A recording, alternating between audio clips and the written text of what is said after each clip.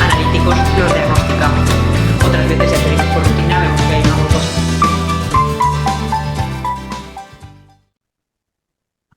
Muy buenas y bienvenidos a una nueva charla sobre diabetes. Hoy vamos a hablar de la diabetes en nuestras mascotas, en concreto diabetes canina y felina. Y nos acompaña una experta en la materia, Marta, quien no solo es veterinaria, sino también es la dueña de la reconocida clínica Yadru, y su experiencia y liderazgo en el mundo veterinario nos brindarán una perspectiva única y sorprendente sobre este tema. ¿Te quieres presentar un poquito, Marta, y darte a conocer? Decirnos, pues, Hola, qué Salva. sobre ti. Hola, ¿qué tal, Salva? Y a todos los que nos escucháis. Bueno, pues como bien ha dicho Salva, yo soy veterinaria, me dedico a ello desde hace más o menos unos 10 años. Y bueno, vamos a ver qué dudas y qué diferencias hay con la diabetes en humanos, y que yo tengo poca experiencia, y a ver si os puedo contar un poquito curiosidades que tengamos con los perros y los gatos. Muy bien, vamos a empezar. ¿Cuáles son los factores clave para el manejo exitoso de la diabetes en perros y gatos? Y si existen recomendaciones específicas sobre la dieta o el ejercicio físico. En personas es muy importante pues la dieta, bueno, dieta, más que dieta, una alimentación sana y equilibrada, ejercicio, en fin, ¿cómo está el tema también para las mascotas, los perros y gatos? Bueno, pues depende de si hablamos de perros o hablamos de gatos, porque los perros tienen una diabetes por lo general tipo 1 y los gatos tienen una diabetes tipo 2. Entonces, el manejo, aunque a fin de cuentas es muy parecido, sí que es verdad que las causas predisponentes no tienen nada que ver en unos y en otros. En perro la predisposición es prácticamente genética, entonces en la mayoría de casos es difícil evitarlo, pero sí es verdad que hay un tanto por cien de perretes, más o menos en un 28-30% de las diabetes, que pueden estar causadas por realmente pancreatitis crónicas constantes, que al final van dañando esas células de pancreáticas. Entonces, en estos casos, evidentemente la alimentación es muy importante, porque dietas muy grasas sí que pueden predisponer a pancreatitis, y estas diabetes sí podrían llegar a evitarse. En el resto de casos en perros no. En gatos, por ejemplo, sí que, como tenemos una diabetes tipo 2, es decir, el páncreas funciona normal y produce insulina, pero los tejidos, digamos que no se resisten a coger la insulina. Entonces, en esos casos sí que están predispuestos fundamentalmente por obesidad. Entonces, gatos gorditos es más probable que tengan una diabetes, y la mayoría de diabetes están realmente eh, formadas por ello, por un aumento de peso mucho más allá del que deberían tener. Entonces, el principal factor de riesgo es este. Sí que es verdad que hay otros tipos de enfermedades, como un Cushing o corticoides, o tratamientos a largo plazo con corticoides, que sí que pueden también dañar estas células del páncreas y producir una diabetes, pero por lo general la mayoría de gatitos suele ser por obesidad. Entonces, claro, evidentemente el manejo en estos casos es tener un gato con un control de peso ideal, que hagan ejercicio, porque de hecho en gatos se está viendo que hay una prevalencia mucho mayor en los últimos años. Por una parte tenemos más tendencia a tener gatos, que antes era un animal que igual no éramos tan propensos a tener gatito, y además ahora se están llevando más al veterinario. Antes el gato era un animal que prácticamente si no salía de casa no venía al veterinario en años, y no los veíamos en años. Y ahora se está teniendo digamos que pues un mayor manejo de los gatitos, podemos hacer revisiones, se vacunan, y podemos hacer controles para también diagnosticar este tipo de enfermedades un poquito más tempranas. Tanto en gatos ya adultos a partir de los 5 o 6 años, como en perros a partir de los 6-7 años, habría que hacer controles rutinarios, sobre todo analíticos, para poder descartar este tipo de enfermedades. Y has hablado de los perros más tipo uno, ¿no? Sí, Los gatos son más tipo 2.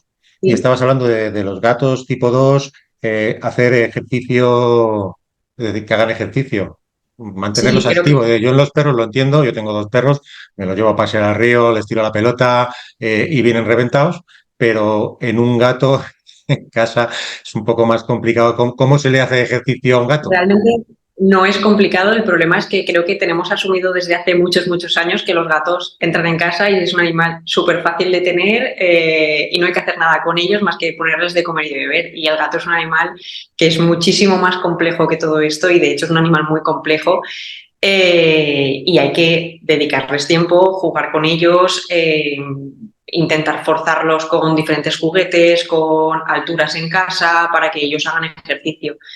Son cosas que a mí como veterinaria me sorprende porque la mayoría de gente cuando tiene un gato no es gente que ha tenido gato durante 10, 20 años pero no sabe ninguna de estas cosas y ya te digo, creo que tenemos aún una mentalidad que creemos que los gatos se dejan ahí y ya está. Y de vez en cuando vienen porque quieren cariño y eso es todo el manejo de los gatos, pero no, los gatos van mucho, mucho más allá.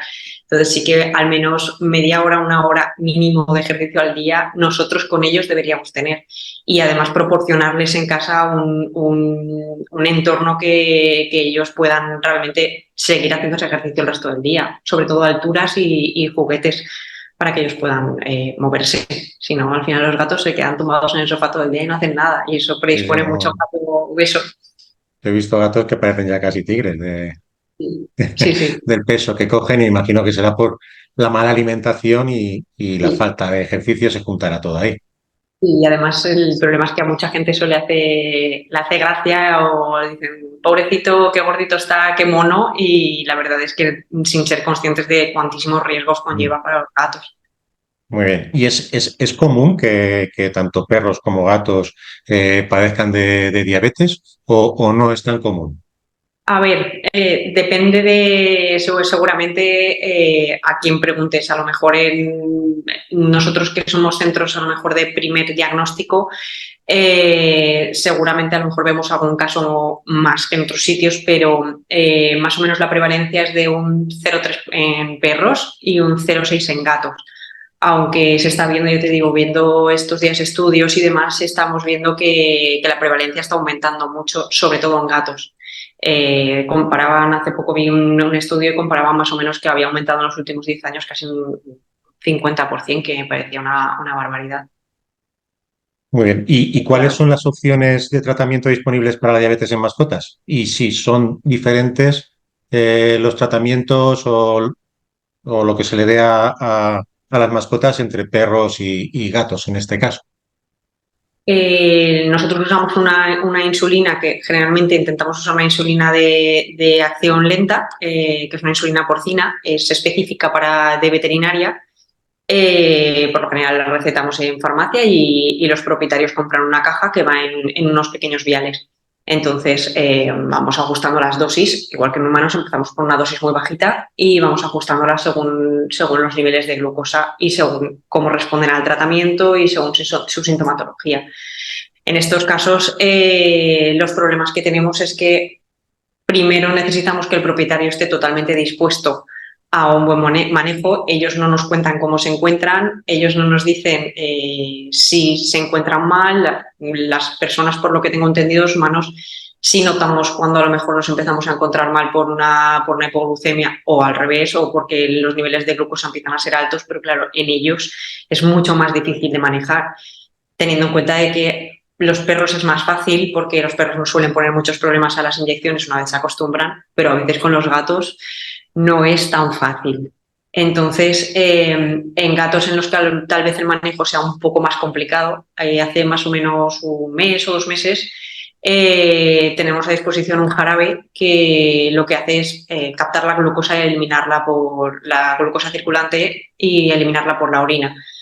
No tengo muchos reports porque la verdad es que solo tengo ahora mismo un gatito que hemos empezado a tratarlo con este jarabe hace prácticamente un par de semanas y parece que la sintomatología es buena, pero es verdad que fue un gato al que le diagnosticamos una diabetes totalmente con un control rutinario, entonces él aún no había llegado a tener ninguna sintomatología.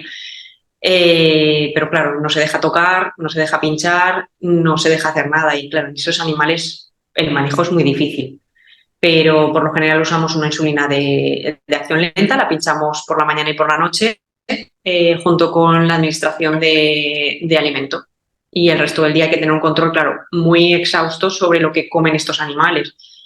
No se deben variar las cantidades de las kilocalorías ni la composición del alimento, por lo general hay que hacerlo una vez ya está muy controlado y es un poco más difícil. Claro. Y estás hablando de que, claro, ellos no te dicen si están altos o bajos. Eh, ¿Cómo se monitoriza a a un perro o a un gato? Es decir, ¿cuáles son los síntomas comunes de la diabetes en perros y gatos? ¿Y cómo pueden los dueños de mascotas monitorizar a sus mascotas en busca de signo de diabetes? Porque además yo he visto un post de Instagram tuyo eh, que le poníais un freestyle a- a un perrete Sí, y digo, ostras, no creo que eso lo puedan recetar ni lo de la seguridad social tendrá que pagarlo el dueño, me imagino. exacto. Ese es el Pero tema. ¿cómo se hace? ¿Le pinchan a nosotros en los dedos, a ellos en los dedos que entiendo que no, porque... Sí, se puede. Por lo general, en cualquier mucosa le pueden pinchar, pero claro, ahí viene la segunda parte y es que los propietarios estén dispuestos a pinchar a su animal, que muchas veces son un poco reacios porque les da miedo, eh, y luego que el animal esté dispuesto a que le estén pinchando constantemente. Por eso, en la mayoría de casos, el freestyle es para nosotros lo más cómodo. Pero claro, económicamente es muy caro y, como bien sabes, cada 14 días hay que cambiarlo. Ellos lo piden directamente a la marca y, claro, al final económicamente entre los controles, la insulina, que tampoco es barata, el freestyle, no todos los propietarios pueden afrontar esos gastos de forma continua. Aún así, nosotros siempre intentamos recomendar que, aunque sean los primeros meses, que son los peores a la hora del manejo y de conseguir controlar un nivel de glucosa constante o lo más constante posible, sí que intentamos que hagan ese esfuerzo económico para poder tener un mejor control, porque si no es mucho más difícil para nosotros. Por lo general, cuando llegan a consulta con sintomatología, suele ser, tienen mucha sed, orinan mucho, es decir, beben mucha agua, orinan mucho, muchas veces tienen mucha hambre, o sea, comen, pero están perdiendo peso y los propietarios los notan a veces muy inquietos de forma puntual, sobre todo los gatos. A veces tienen momentos en los que ven que no se encuentran bien o mucha letargia, se quedan un poco más, digamos que los notan un poco más tristes y bueno, los controles rutinarios analíticos los diagnosticamos. Otras veces, ya te digo, es por rutina, vemos que hay una glucosa que nos llama la atención. En ellos un nivel más alto de 150 ya podría diagnosticar, ya podríamos empezar a buscar que tengamos una diabetes. Es verdad que los animales, cuando llegan aquí, están nerviosos muchas veces, sobre todo los gatos, los perros muchas veces entran contentos, pero aún así esa excitación en la sala de espera, entrar a consulta, que los estemos tocando, hace que a veces tengamos unas subidas de glucosa puntuales que no son reales. Para eso lo que hacemos es medir una fructosamina, que no sé si en humanos se hace también. Nos da un poco, digamos que hace un pequeño resumen de las últimas 2 semanas en cuanto a los niveles de glucosa. Entonces, ahí ya si la tenemos alta, diagnosticamos una diabetes. O Bueno, con nosotros tenemos la glicosilada, también que son tiras de 3 meses orina. atrás. Mm. Si en una tira de orina tenemos glucosa, también empezamos a pensar que evidentemente tenemos un problema. Claro, entonces Y, veo que casi es igual que nosotros, y porque yo el creo que es muy estrés, parecido. en fin, todo Es es muy muy, muy, parecido, muy sí, sí. parecido. Mucha Sí, sed, comes mucho, adelgazas, sí. pues a veces te da sueño, en fin. ¿Y existen medidas preventivas que los dueños de mascotas puedan tomar para reducir riesgo de diabetes en perros y gatos? O entiendo, bueno, en los perros, por ejemplo, que son tipo uno, entiendo que preventivas pocas, es decir, que al final si Claro, deja de funcionar lo que es el páncreas y las células que exacto. generan la insulina, pues ahí no hay nada que hacer. Pero en los gatos, que es más por sobrepeso, es Sí, decir, ¿hay algún tipo, existen medidas preventivas? controlar sobre todo la alimentación, como decíamos, en perros también, evidentemente por esos pequeños casos en los que tenemos el problema a raíz de pancreatitis.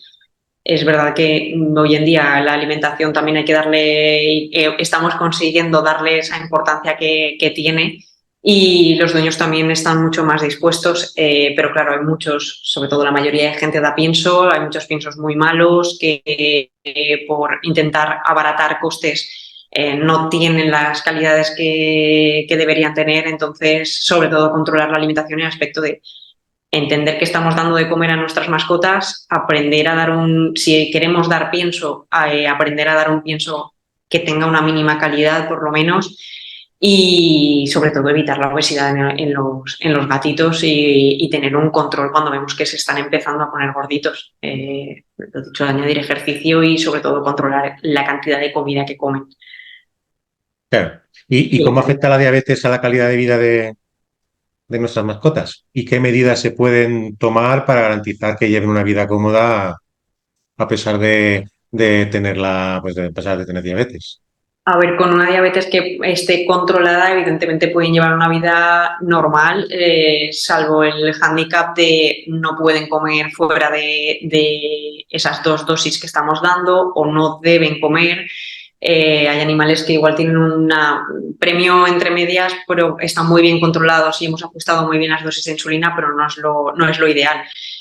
Claro, son muchas cosas que tenemos que controlar y que hacen que sea muy difícil que el animal siempre esté en unos rangos razonables. Entonces, claro, eso sí que hace que muchas veces tengamos un animal que tiene subidas de glucosa, que empiecen a tener patologías secundarias a ello, y es un poco más complicado. Entonces, un animal con una glucosa controlada puede hacer una vida absolutamente normal, igual que las personas pueden hacer una vida absolutamente normal, pero claro, en ellos a veces es un poco más complicado, y tener a un animal con unos niveles óptimos de glucemia es muy difícil, y sobre todo necesitamos una implicación del propietario absoluta, que no siempre es tan fácil.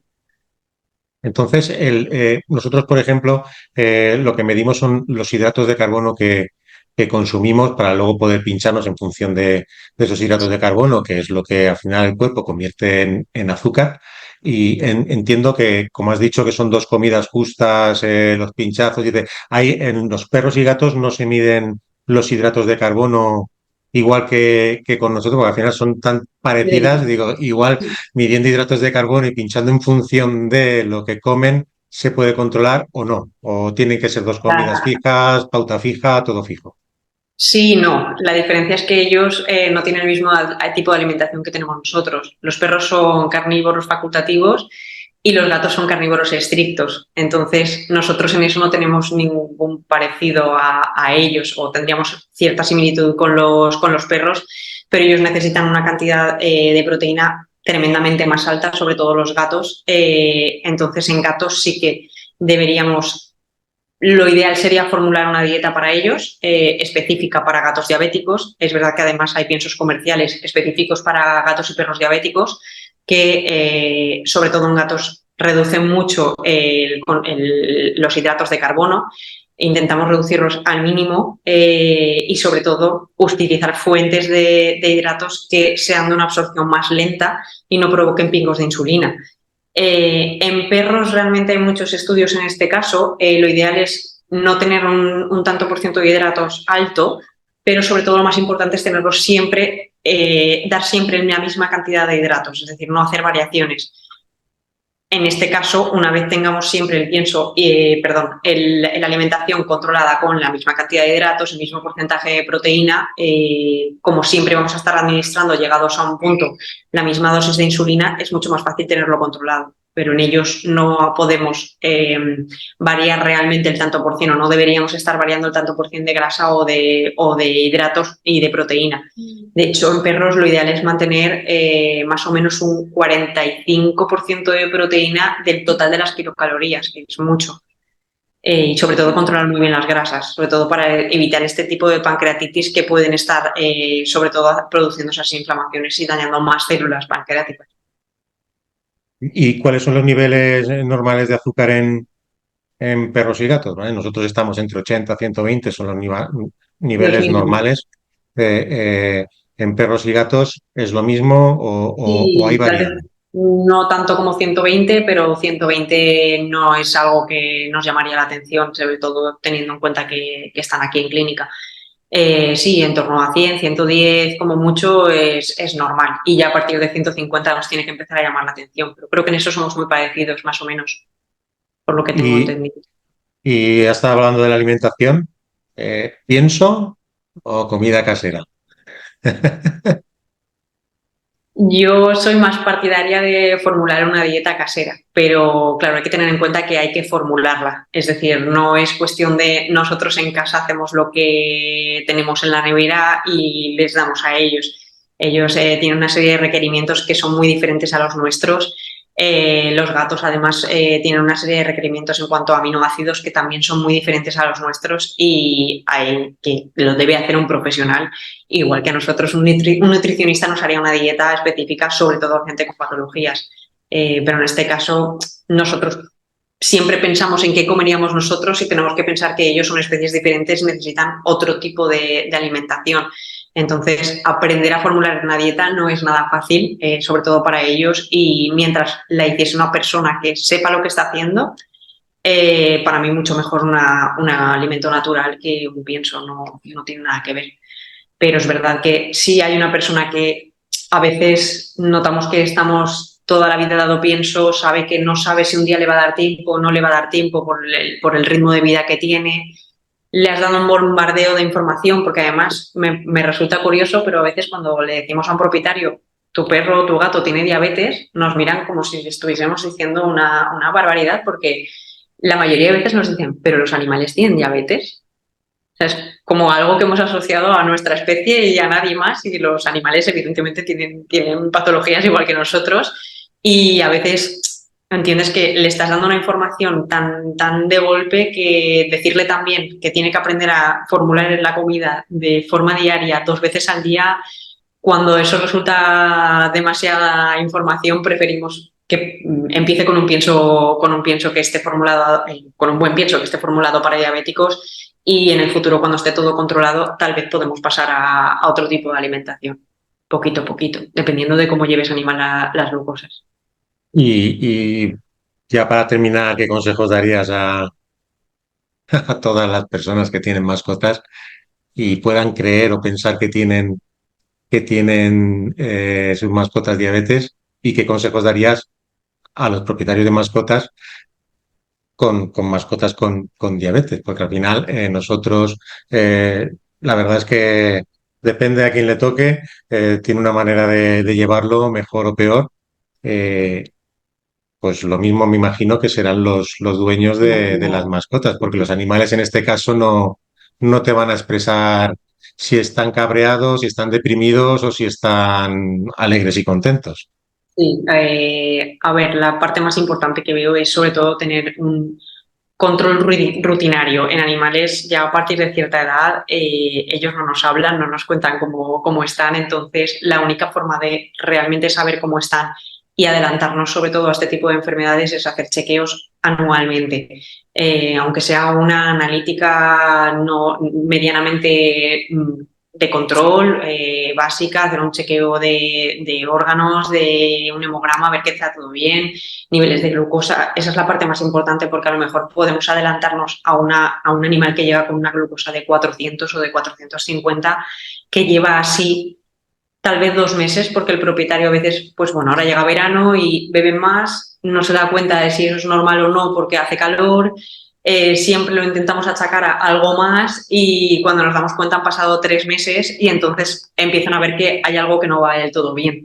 Pero claro, si nos podemos adelantar a todo eso cuando notamos cualquier cosa, o incluso en un control de vacunas, poder sacar un poco de sangre y hacer ese control en animales de pues tal vez más de 6 7 años, sería para mí el consejo más importante. En cuestión de alimentación también es verdad que tenemos que darle un poco más de importancia, porque creo que es un aspecto que en veterinaria, sobre todo generaciones anteriores, lo han tenido muy olvidado, y ahora creo que gracias también a que nosotros tenemos un poco más de conciencia de lo importante que es la alimentación y cuánto puede afectar en la salud, creo que empezamos a ser un poco más conscientes como propietarios de cuánto puede afectar también a nuestros animales, porque Claro. es lo principal. ¿Y cuál es la frecuencia adecuada para que puedan realizar las visitas al veterinario? Es decir, una persona con una mascota, pues mira, una vez al año, Sí, una vez al dos año veces al año, tres una veces al vez año, no al lo sé cuál es la año frecuencia adecuada. como mínimo sería lo ideal, porque no lo suele hacer mayoría de gente. Entonces, mínimo una vez al año sí que sería conveniente. Si se hiciese dos sería, bueno, lo ideal, pero entiendo que a veces es más complicado. Por eso también muchas veces cuando ponemos las vacunas, las diversas vacunas, pues también intentamos tal vez espaciarlas un poco más, que no vengan una vez al año a hacerlo todo y no volver a ver a esos animales en todo el año, que vengan un poco más habitualmente. Evidentemente, si a lo largo de ese año vemos cualquier cosa rara, lo ideal es que le echemos un vistazo, pero bueno, mínimo una vez al año sería lo ideal, que creo que también tenemos aún que ser un poco más conscientes de esto, porque los vemos bien. La mayoría de veces las patologías empiezan, sobre todo este tipo de patologías empiezan en perros ya mayores, adultos senior, y tenemos la tendencia a achacarlo todo a la edad. Entonces, es que es mayor, entonces esto es normal. Claro, es mayor, pero eso no implica que no podamos darle una mejor calidad de vida y hacer que todo esto que va surgiendo con la edad no podamos, sobre todo, digamos que frenar sobre todo la evolución y hacer que ellos se encuentren también mejor, porque claro, depende del animal. Hay animales que no se quejan nunca, hay animales un poco más dramáticos, entre comillas, digamos, pero claro, hay algunos que, sobre todo los gatos, hasta que no tenemos una patología muy avanzada, no somos conscientes de que realmente hay un problema, porque ellos por naturaleza intentan camuflar toda la sintomatología. Entonces, un control al año me parece algo coherente. Muy bien, pues yo por mi parte agradecerte pues que hayas aceptado la invitación y hablar sobre lo que es la diabetes en nuestras mascotas. Darte las gracias y nada, y volver a charlar en otro momento contigo sobre otro tema, algún otro tema sobre animales, que yo creo que hay muchos temas de los que hablar. Y nada, pues eso, darte las gracias y poco más. ¿Tienes algo que decir? ¿Algo que se te haya quedado en el tintero sobre este tema? O... Pues diría que a priori no. De todos modos, con los nervios seguro que me he dejado muchas cosas, pero, pero no, a priori no. Darte también las gracias por darme la oportunidad de contaros un poquito.